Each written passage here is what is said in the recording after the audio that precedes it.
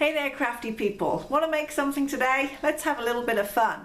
We are going to make this one. This is an awesome ocean, beach or seashore inspired paperweight or resin coaster, and I'm going to show you how to make this coming up next.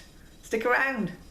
For this project you will need some kind of mould, some seashells or other embellishments, some paint if you would like to paint them. I've painted my seashells here with this lovely decor extreme sheen in silver, just to give them that gorgeous sheen that I love so much. I love my metallics. I've also got some just leftover small pearls that I've taken from an old necklace. I thought those would be nice. I've also got some craft sand. Ideally I would have liked some that actually looked like a realistic sand colour, but I could only get blue, bright green or pink, so I've gone with blue. At least I thought it would look like water. And then some resin. So let's get mixing the resin and we'll get started. So your first step, if you want to, is to paint your seashells or whatever other embellishments you're using. I've used this one. This is the Decor Extreme Sheen. It's a metallic paint in silver, and I've got this lovely sheen on these seashells. So I put a couple of coats of paint, and those are now ready to be put aside. I've also mixed up just a little bit of resin here, because what I want to do is to make a smooth base to the paperweight or coaster. So I'm just going to add a very small amount of resin into here first of all, and then allow that to set before I do anything else. So at this point I should mention, obviously, if you're going to use any of the resins, that you need to be using some gloves. You also need ideally some eye protection and some kind of mask or respirator if you think you might be sensitive to the smells that resin gives off or any of the fumes. So I'm going to just not wear my respirator for this little part, just so I can talk you through. It's a small amount of resin. I think I'll be just fine. So I just need to pour it here into the center of my mold. I'm keeping a little bit back in my cup for another project that I've got on the go, and then I'm just going to tilt the mold around until I've got a good coverage all over the bottom, and then I can just leave it, and because the resin is self-leveling, then that will just form a nice straight flat surface on the bottom. Now I do have some bubbles in here, and it's pretty common when you mix your resin. You really can't do much about it. So I'm just going to use one of these barbecue lighters. I just pop that on. It has a very small flame. There we are, you can see.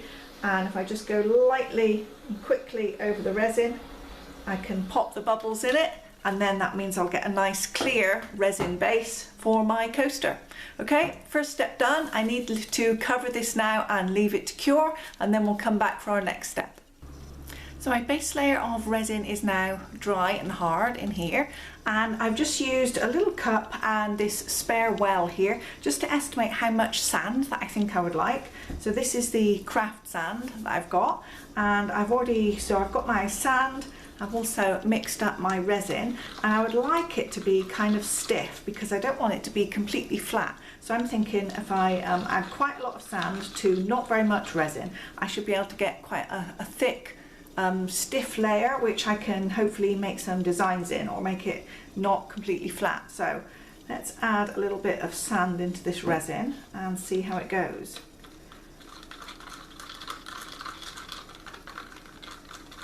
That seems to be taking it fairly easily. So I'll add a bit more, quite a bit more.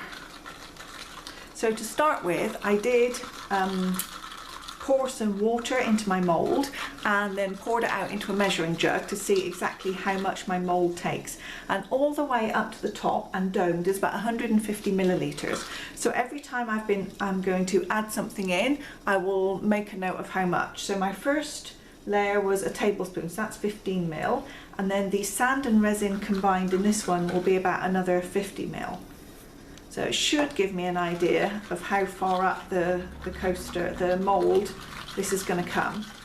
And I think what I'll need to do is, because these shells are quite flat, this one is quite thick, I may need to push that down into our sand mixture. But once I've got it in there, we will see. Okay, so that's pretty well mixed, and it's kind of, well, it's not as thick as I thought it was going to be. I probably added a bit too much resin. Let's see how it goes. I can always leave it to set up just a little bit and then come back and make some designs in it, I think, with my stick before it's fully set. Yeah, there's no way, that's quite runny, so I will have to leave it to set up a little bit, and then I can come back and make some kind of, you know, like how when you see the bottom of the sea where the water has made these kind of ripples in the sand, I would like mine to look ideally a little bit like that. So if I come back in a little while, I should be able to hopefully achieve it. So I can see a lot of bubbles in here, especially where I had to mix the sand in so vigorously. So I'll just go over it lightly. There we go, and you can see those popping. And I'll be careful to just keep it away from the mould and hopefully just on the resin itself. Okay, so that's it, that's my next step. Let's have a look at that shell. Okay, so I think when I come back and it's set up a little bit more, then I can push the shell down into the sand and hopefully that will stay there. So that's all for that layer. See you again for the next one.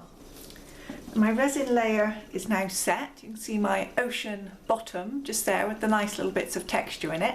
Now I couldn't resist, I also added in a few sprinkles of a nice blue glitter as well, because I think everything looks better with glitter.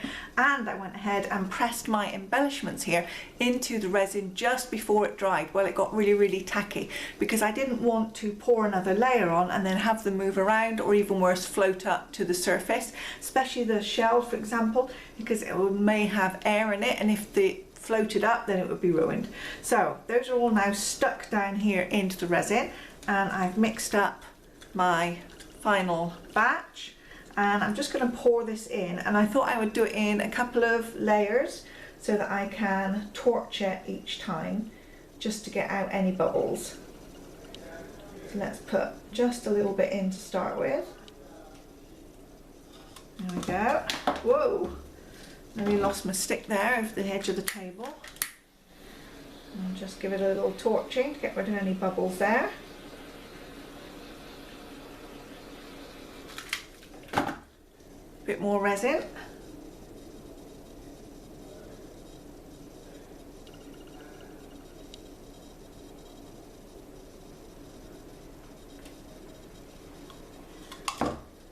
Let's torch again.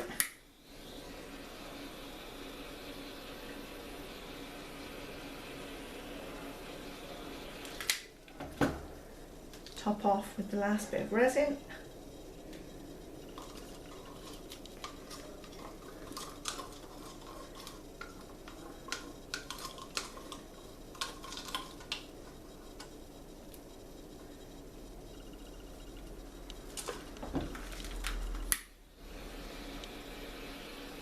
Last bit of torch over to get rid of any bubbles, and now I just need to cover this to stop any dust getting in it, leave it overnight to cure, and then I'll come back and show you what it looks like, and we'll unmold it from our mold tomorrow.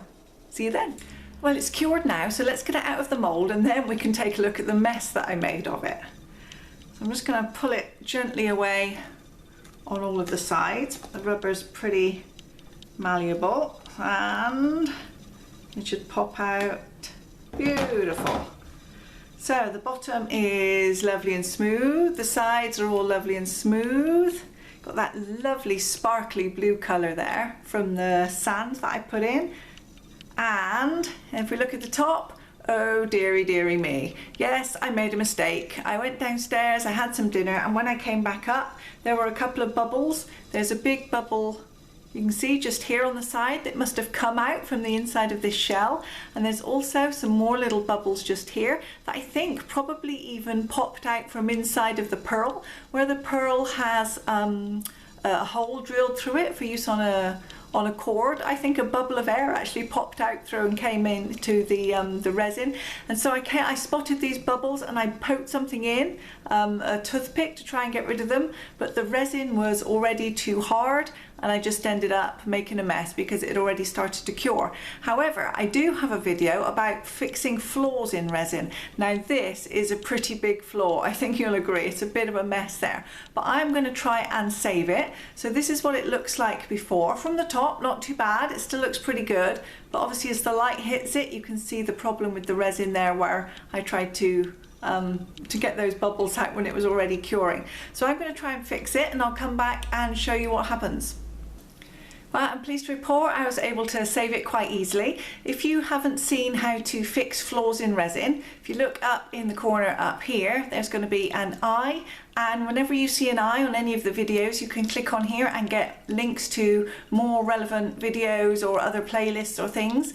And I will link in here to the video about how to fix the flaws in your resin. So as you can see, this has now got a perfect, nice flat surface on it. I wasn't able to get rid of, oh, there we go, the bubbles that were way down inside here where the air had come out from inside this pearl here. I could have, if I'd been prepared to sand it all the way down, but I figured that it was good enough. I did, however, fix this one on the side where the bubble was over the side of the resin, so that one is fixed. And overall, I think it looks really cute. I'm really happy with it. It's got this lovely depth to it, lovely blue colour, beautiful finish on it, and now I think this will look really cool on my desk. When I have my window open, it will stop all my papers blowing everywhere. So thanks very much for watching this tutorial. I hope you'll check out some of my others, and please do subscribe if you haven't done already. See you soon.